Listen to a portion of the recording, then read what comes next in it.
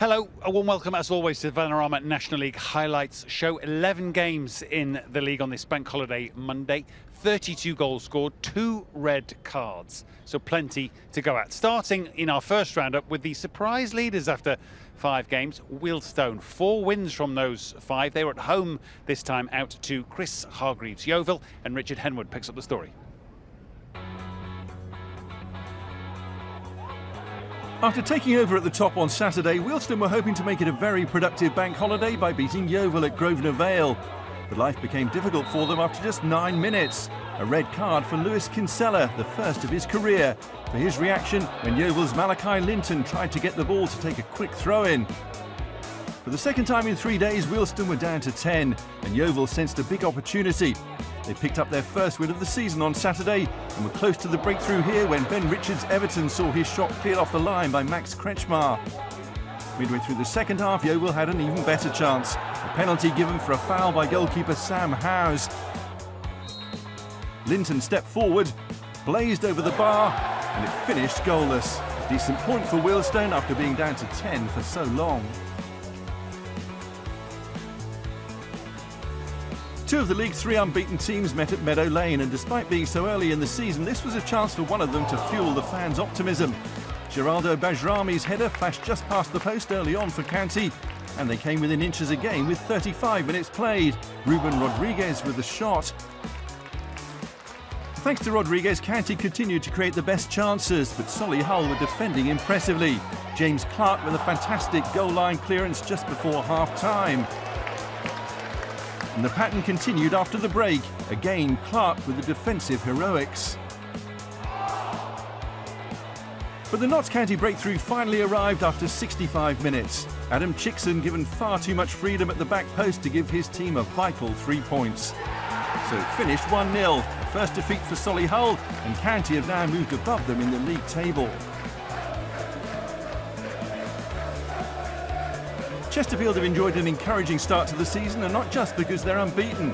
They also have Kabonga Shimanga available again after his long-term injury. He started on the bench against Altrincham, where it was Liam Mandeville who almost gave the Spireites the lead, denied by a goal line clearance.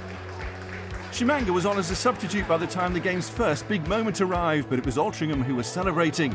Toby Malarkey picking up the pieces after Chesterfield failed to deal with a free kick.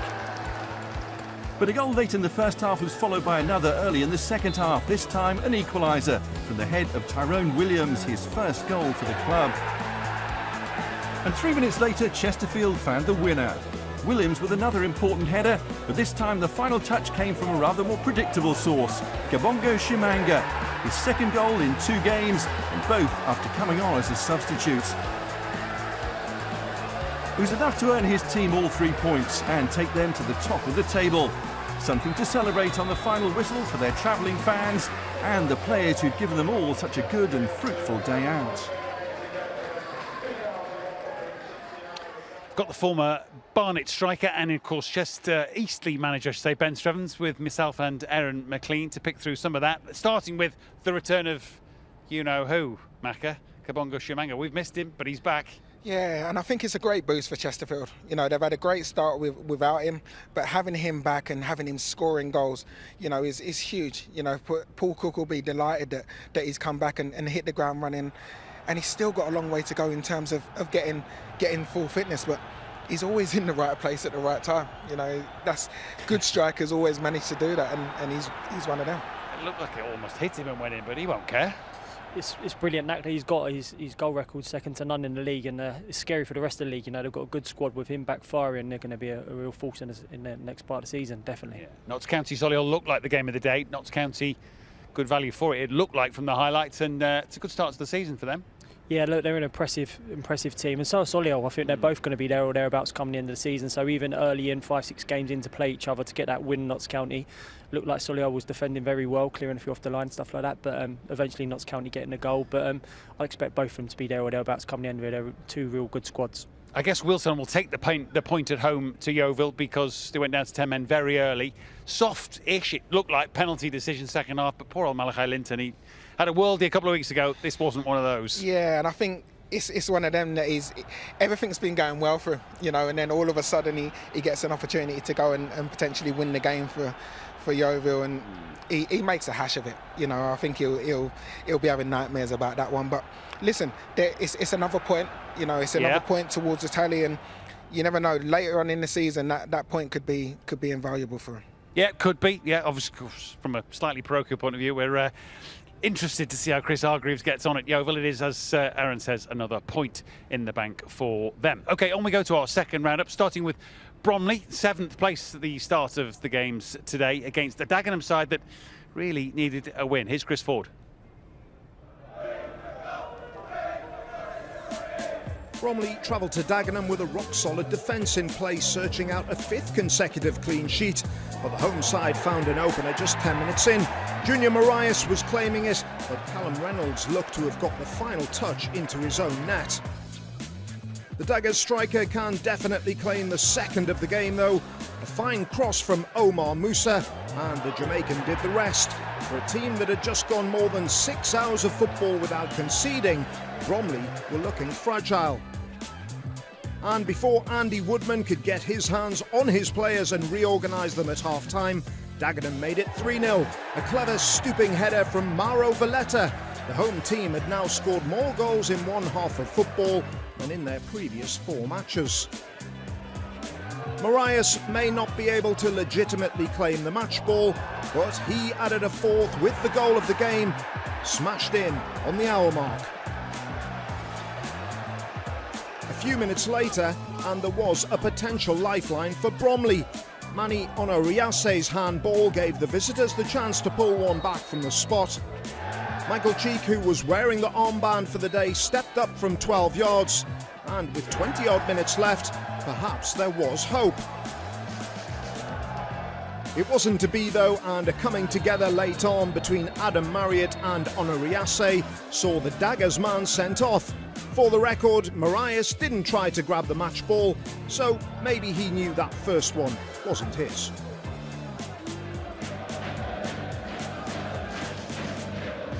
A Roses match at York, and the first time these sides had met since January 1999. After a goalless first half, the game came to life just 2 minutes after the break.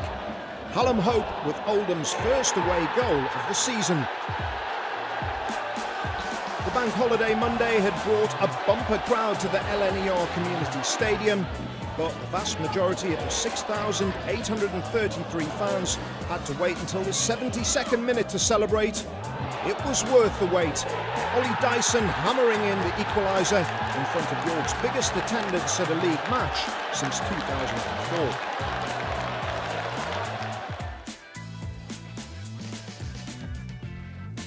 A first ever meeting between Dorking and Boreham Wood, and it was the home side who took the lead.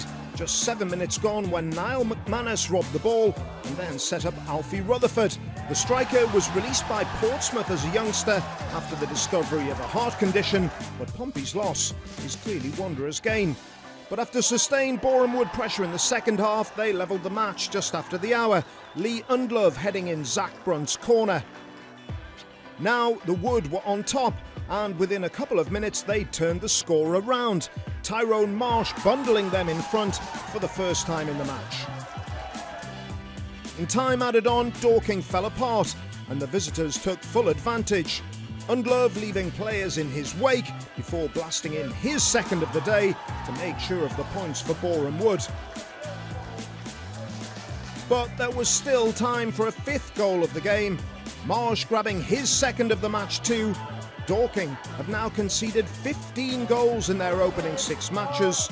Some defensive work to be done by Mark White. His side face Wrexham next. A good win for the Wood at Dorking. Let's go back though to Junior Marais, who I think it's 11 in 14. Dagenham, I think, probably needed that win. Certainly Darren McMahon did. Not been a perfect start to the season, but he is sharp. Yeah, listen, Junior's, since he joined Dagenham, you know, his conversion rate has been excellent. You know, he's found himself in the team instead of Walker, which you have to be on your game to keep Walker out of the team. But his goals have been brilliant. You know, he's been magnificent for Dagenham, and his finishes today were excellent. Well, the second two were excellent and definitely his. The first one, well, you two are strikers. Would you be claiming the hat-trick here? Yeah, look, there's not too many times you get a chance to get a hat-trick. So, yeah, I think you try and claim it. So we're seeing it back now. Yeah, why not? Listen, it's an effort on target. It has to be there. Whether it takes a little nick, but I definitely would have been. I think you've been trying to claim that, wouldn't you, Mac? 100%. I'm claiming every. Listen, it could hit 7 people. I'm trying to claim it if possible. And listen, this one there, he just puts his foot through it, head down, laces through it, and just smashes it bar. And then, listen, he's hungry. Yeah. He's starving. He wants another crack at the Football League. If he can do it with Dagenham, excellent. But he wants to show people what a good player he is, and scoring goals like that and putting performances in like that will go a long way towards doing that. Yeah, and the 1-1 York and Oldham. It's a good start for life back at this level with John Askey and York, isn't it? They've looked solid. Yeah, definitely, and stepping up, it's always how we're going to fare, you know, are we ready for it, and I think they've shown in the early part of the season they certainly are. I think they said today they've had a real good backing as support, so that's going to be really important for them. But yeah, going behind in the game as well, and I think they'd lost the last one to Eastleigh at home as well, so they're showing good character and coming back into the game to get the draw. But I think they're a team that's going to do well. From what I see a little bit of them last year, they look a very good side, so I think they'll be fine at this level. Good homework, Trev. Good homework. As promised then, 2 events here at the Hive. Barnet taking on Eastleigh, 2 teams that have started the season pretty well under Dean Brennan and Lee Bradbury. Watching for us, Adam Virgo and Adam Somerton.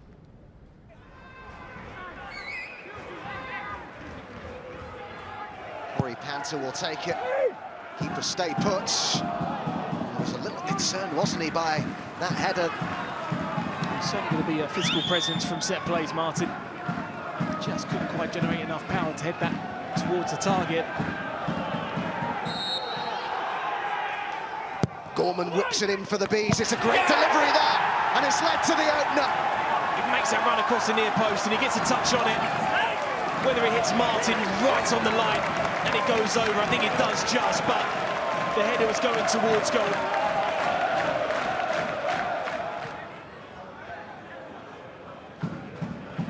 Ross Smith, helped on by Pritchard. Kabamba with a good header.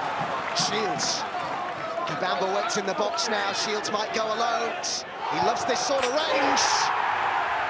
Fabulous goal. Sean Shields for Barnet, who doubled their lead at the Hive. Once you get there, you feel that you have to be hitting the back of the net. And Shields does that absolutely brilliantly. No right back in spot, you've got to drive in to attack the space. He does that brilliantly. Gives himself the angle nicely right there. The extra touch takes it away, creates a space. Barnet found themselves 2 goals up. Now Gorman again. 4 on the edge of the box for the Bees. And Pritchard will keep it going. And Hull hit it early!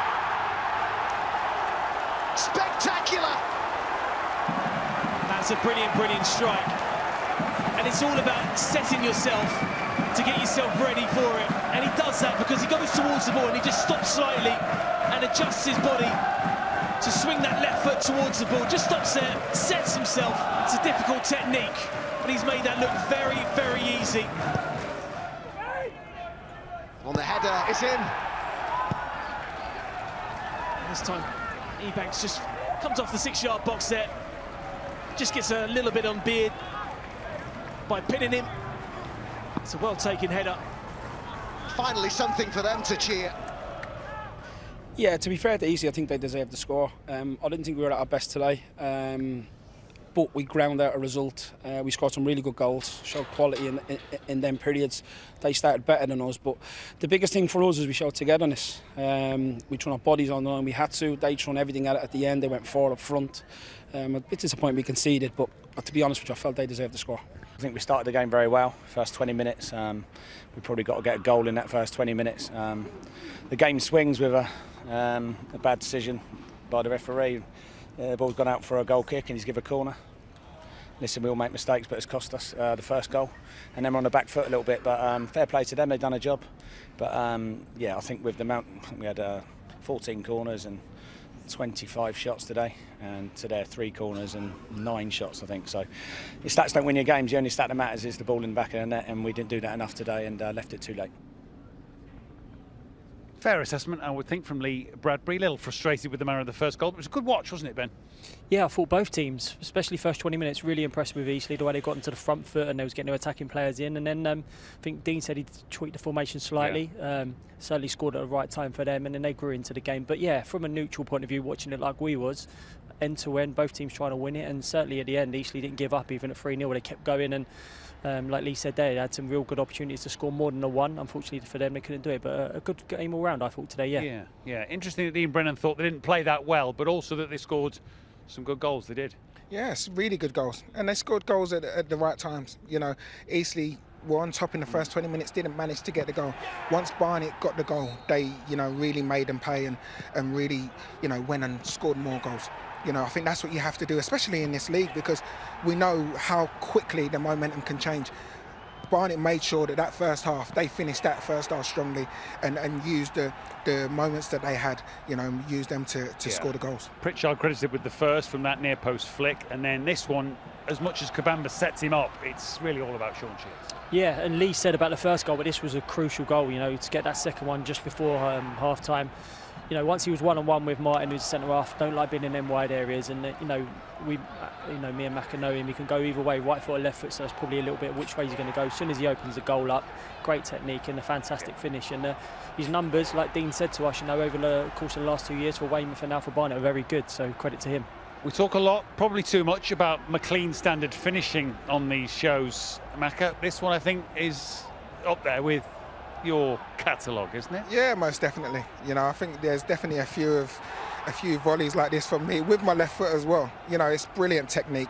He has to wait for it. The ball's up in the air for a long time. He has to position himself, steady himself, and then just good connection. Make sure you keep your eye on the ball, knee over the ball, and good connection. And he does that perfectly, and a really, really well-deserved goal. He has got a lovely left peg, and he used it to very good effect there. Good win for Barnet. 4 more games then to round up, starting with a South End side, if I can get my words out, under Kevin Mayer, who probably were looking for a win. Will they get one against Maidenhead? Here's Izzy Clark. Positive vibes at Roots Hall. Southend had won their last home game and Kevin Mayer had handed a full debut to right-back Gus Scott-Morris. And yes, that was him heading the Shrimpers in front against Maidenhead. The 25-year-old had thought his chances of playing at this level were over. The visitors, who'd lost both their away games, lost possession after the break. Southend's Dan Mooney set up Callum Powell, who netted for the second time in as many matches, 2-0. The Essex side relearning that home is where the heart is and where the points can be won. Torquay had lost their last 3 matches, Gary Johnson's men desperate to find their mojo. In the second half against Woking, one of their summer signings came good. Ross Marshall with what was only his second career goal. The first was back in December 2019. Woking fought back, and James Daly, who'd scored on Saturday, made it a bank holiday double to equalise. The 22-year-old's best goal tally in a season is 3, but he was on a roll at Plainmoor. When Jermaine Anderson's shot was parried by the keeper, Daly was on hand to turn it home, the first brace of his career. 2-1 to the Cardinals, and they weren't done yet. Rhys Grego-Cox with the assist, and Jack Rolls with a fine finish. Torquay lost this fixture 4-0 last season, so maybe 3-1 counts as an improvement.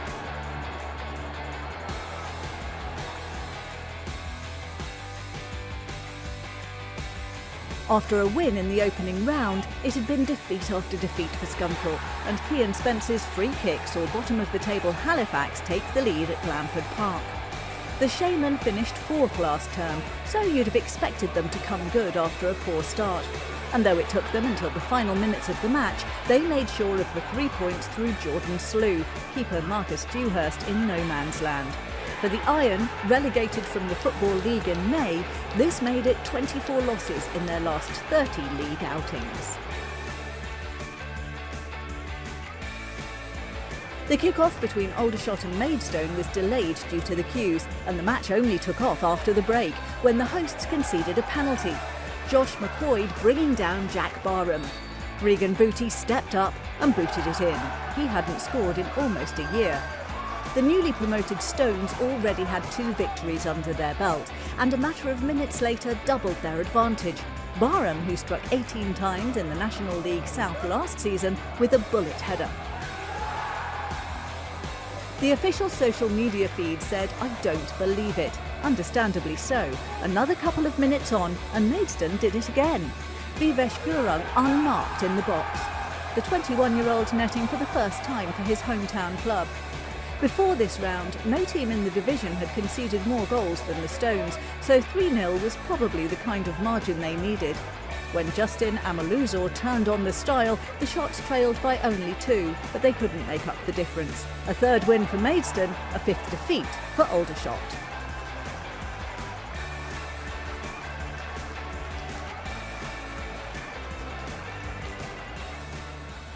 Yeah, good win for Maidstone, worrying little run of form for Aldershot at this early stage of the season. And I suppose you'd say similarly for Halifax and Scunthorpe. What a difference 90 minutes makes. Halifax desperate for their first win, got one. Scunthorpe's woes continue. Yeah, concentrating on Halifax, just being an assistant manager, taking over as manager, you know what you worry about at the start, he's going to get off to, but it's brilliant for him today getting that win, Hopefully it'll give him a bit of confidence going into it, and it's just proven, we're saying about teams coming up, but also dropping down. It's so hard for any teams coming down into this National League. It's relentless, the 2 games in the space of 3 days, so hopefully for Scunthorpe they can turn it around, because they've had a bit of a worrying start to the season. Well, absolutely. Well, we were there opening day when they beat Yeovil, and it seemed all was okay. Keith Hill finally getting them back to winning ways after a terrible run at the end of last season in League Two, but the woes have set back in again. But for Halifax, I would think a whole different feeling maybe after the win today. Yeah, most definitely. I think that they desperately needed that. They'd sat at the foot of the table, and I think they'd had the hangover from last season. But it was, this lad, Kian Spence, he was one of their stars last season. Yeah, he was. And now him coming into form would be at the perfect time. And again, Jordan Slew scored a lot of goals for them last season, was one of their main men. They're going to need those players to really step up and drag this team up the table, because we know that they've got the players to do it. We know that they're capable of doing it. It's just getting rid of the disappointment of last season and really get their season kick-started now. Thank you very much, boys. Let's have a quick look at the National League table, top and bottom. Of course, it's an early stage of the season.